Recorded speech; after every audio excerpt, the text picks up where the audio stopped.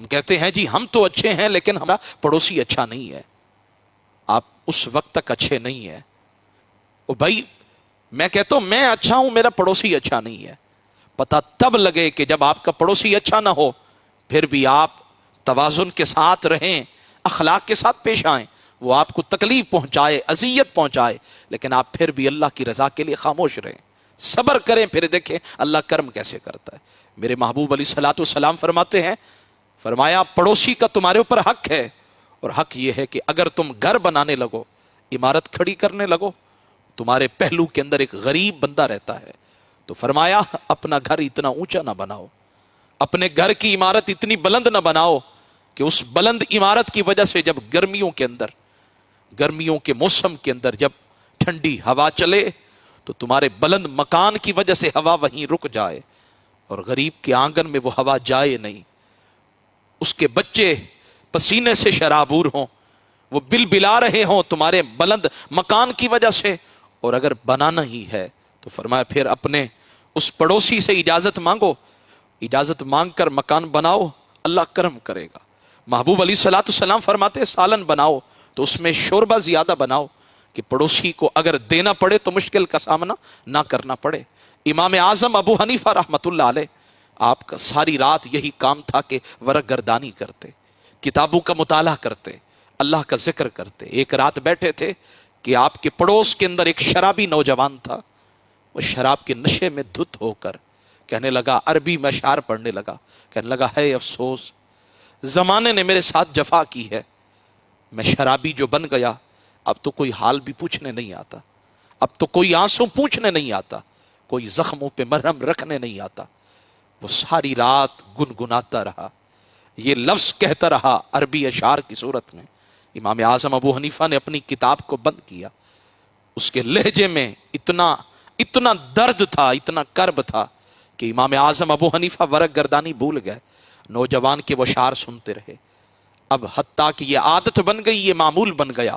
امام اعظم ابو حنیفہ رات کو کان لگا لیتے تاکہ اس شرابی نوجوان کے یہ درد بھرے جملے سنیں.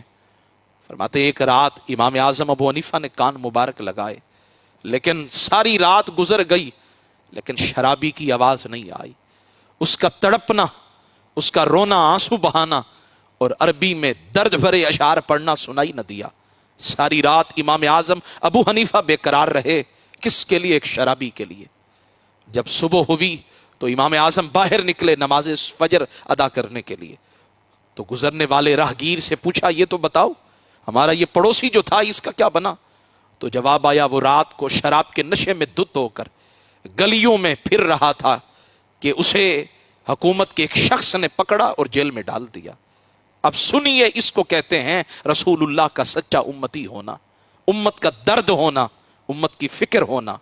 یہ سارے حضور کے غلام ہیں, یہ سارے کلمہ پڑھنے والے ہیں, یہ سارے اللہ تعالیٰ کے محبوب علیہ السلام کے امتی ہیں. میں نے اپنی بھی فکر کرنی ہے اور ان سب کی بھی.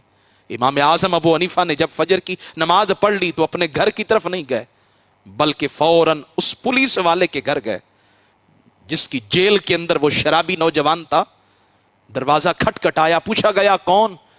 امام اعظم ابو حنیفہ فرمانے لگے میں ابو حنیفہ آیا ہوں تمہارے دروازے پر. اس پولیس والے نے سنا تو اس کو سمجھ ہی نہ آئی کہ میرے دروازے پر ابو حنیفہ آئے کھڑے ہیں. وہ پاؤں میں جوتا پہننا بھول گیا, سر پہ کپڑا ڈالنا بھول گیا, دوڑا دوڑا آیا, کہنے لگا حضرت میری خوش نصیبی, میری قسمت کی معراج کہ میرے گھر پہ, میری دہلیز پہ ابو حنیفہ آئے کھڑے ہیں. حضور کون سی چیز آپ کو میرے گھر کھینچ لائی؟ امام اعظم ابو حنیفہ فرمانے لگے کوئی اور وجہ نہیں, رات تم نے ایک نوجوان کو پکڑا اور اپنی گرفت میں رکھا ہوا ہے, اپنی جیل میں رکھا ہوا ہے. وہ میرا پڑوسی ہے, شرابی ہے, تو میں اس سے ملاقات کرنا چاہتا ہوں, میں اس کا حال پوچھنا چاہتا ہوں. اب اس شرابی کا حال کون پوچھنے آئے گا؟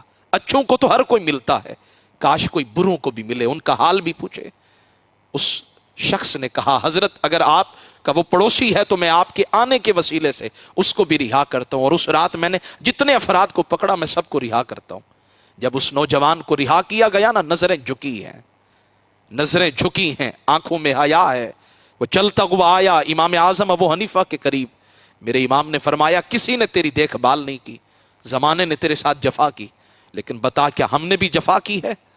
وہ رو کر کہنے لگا، قدموں سے لپٹ گیا، کہا مجھ شرابی کا حال کون پوچھنے آتا؟ آپ اتنے بڑے امام ہو کر دنیا آپ کے سامنے گردنیں جھکا دیتی ہے، بڑے بڑے علماء آپ کے شاگرد ہیں، کہاں کہاں تک آپ کے نام کا سکہ چلتا ہے، اور آپ ایک شرابی، معصیت کے اندر مرتکب رہنے والے، معصیت کا شکار ہونے والے نوجوان کا حال پوچھنے آ گئے۔ فرمایا جس محبوب کا میں نے کلمہ پڑھا ہے ان کی تعلیمات کا تقاضا یہی ہے۔